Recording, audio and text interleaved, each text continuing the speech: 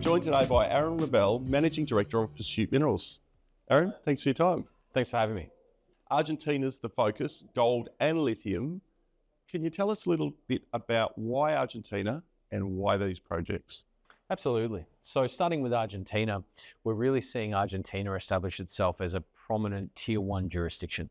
We've seen that really evidenced by the $10 billion of investment by Rio Tinto and BHP in 2024, and the regulatory reform brought through Javier Milei's government, really incentivizing investment into the mining sector with legislative reforms like the RIU program, the incentive for large-scale investments. So for us, we're long-term patrons in Argentina, having been there for many years throughout my career, specifically in lithium, seeing the evolution of the sector over many cycles. So with gold being added, we're an Argentinian pure play. We're very bullish on the lithium sector, and especially the demand profile and where we're expecting demand to go to over the coming years. And then gold was introduced into the portfolio to give us a balance out of lithium, not being so dependent on lithium, but creating a more attractive portfolio with optionality on gold where we can create value for shareholders as well.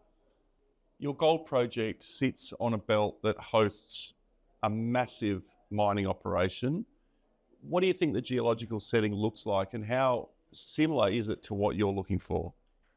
So part of the appeal of this project was its proximity in not only to Cerro Negro, which is just 100 kilometers north of the project, but the Deseado Massif region in itself. So the Deseado Massif is exceptionally well endowed. There's 30 million ounces across major operations, multiple deposits of gold and silver, and then it's anchored by tier one deposits like Cerro Negro, Cerro Vanguardia, Newmont being the world's largest gold miner, prominent and in very close proximity to us.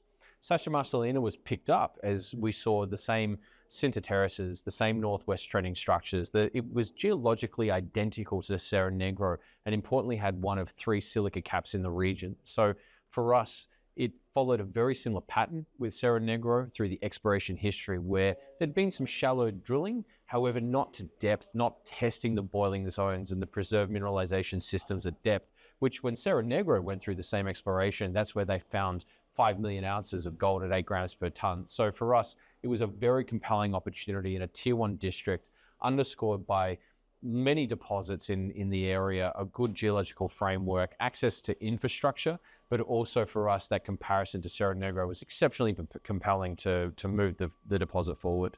And what's the plan with this project? So for us, we're about to start the drilling program, the first pass drilling, which will target the deeper horizons. So drilling, there's 5 main targets across the deposit. We'll be drilling at Sasha Main and the Marcelina Silica Cap, where we've got drill holes that are going to 400 to 600 meters in depth. And the hypothesis there is to test that deeper mineralization, tap into the boiling zones, which within these epithermal deposits is traditionally where we see the mineralization at depth. Turning attention now to your lithium project, you've recently made a significant discovery of brines at about 1 kilometre deep. What does that mean to the resource potential here? So we're about to start drilling that resource. So the lithium project in itself is a brown field. It has a PFS on it with low capex that can be brought into market. We have already 1.2 million ton resource. The next stage of this project now is drilling our Mito tenement in the north that we held off on for a couple of years with the subdued lithium prices. And now with the lithium market returning from a surplus to deficit, we're seeing a lot of renewed interest, a lot of price recovery. So for us, it's about expanding that resource. And then on top of that, accompanying that drilling into the engineering work stream, such as we'll be doing a pumping well that we'll be developing at Isabel Segunda to take the resource from indicated to measured, while Mito is targeting resource expansion, where we've got a very prominent target, which we're expecting some very good things from, especially when you look at other drilling that's occurred in close proximity to the proposed holes. People may forget you have actually produced a lithium carbonate from your project in Argentina. How important is that to unlocking the value here? So being able to produce lithium carbonate is quite significant, and we've done that with our pilot plant. That we're actually relocating that plant from its warehouse in the city of Salta up to site at Rio Grande. This is a transformational event for the company, as you're no longer about proof of concept. We've produced it at site down in Salta. Producing at site at Rio Grande takes you from a proof of concept to scalability. You're already producing technical grade lithium carbonate that we've tested in the market.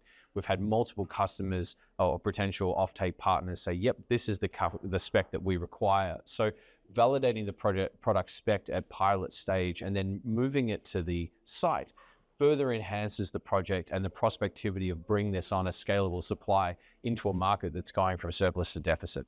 Two exciting projects, clearly a lot of news flow. What should investors expect out of Pursuit over the coming 12 months? So over the next 12 months, we're going to have quite a lot of news flow coming out across the projects. Different news flow. Sasha Marcelino will be more exploration geared, where we're focusing on that initial drilling campaign, testing the boiling zone, those deeper holes, looking for significant gold mineralization. Rio Grande Sur, on the other hand, is about advancing the PFS now, the next steps towards production, where we're looking at resource expansion at Mito. We're doing the pumping well at Isabel Segunda that will increase the grade and confidence of the resource. Also supplying brine for the evaporation ponds for the pilot plant when it moves to site, moving the plant to site, as well as additional addendums to the PFS, looking at larger scale output scenarios where we're targeting a much larger operation, which should then move the project towards a BFS and eventual construction for the project. Two exciting projects in a great location, strong news flow, exciting times ahead for Pursuit and its shareholders. Aaron, thanks for your time. Thanks for having me.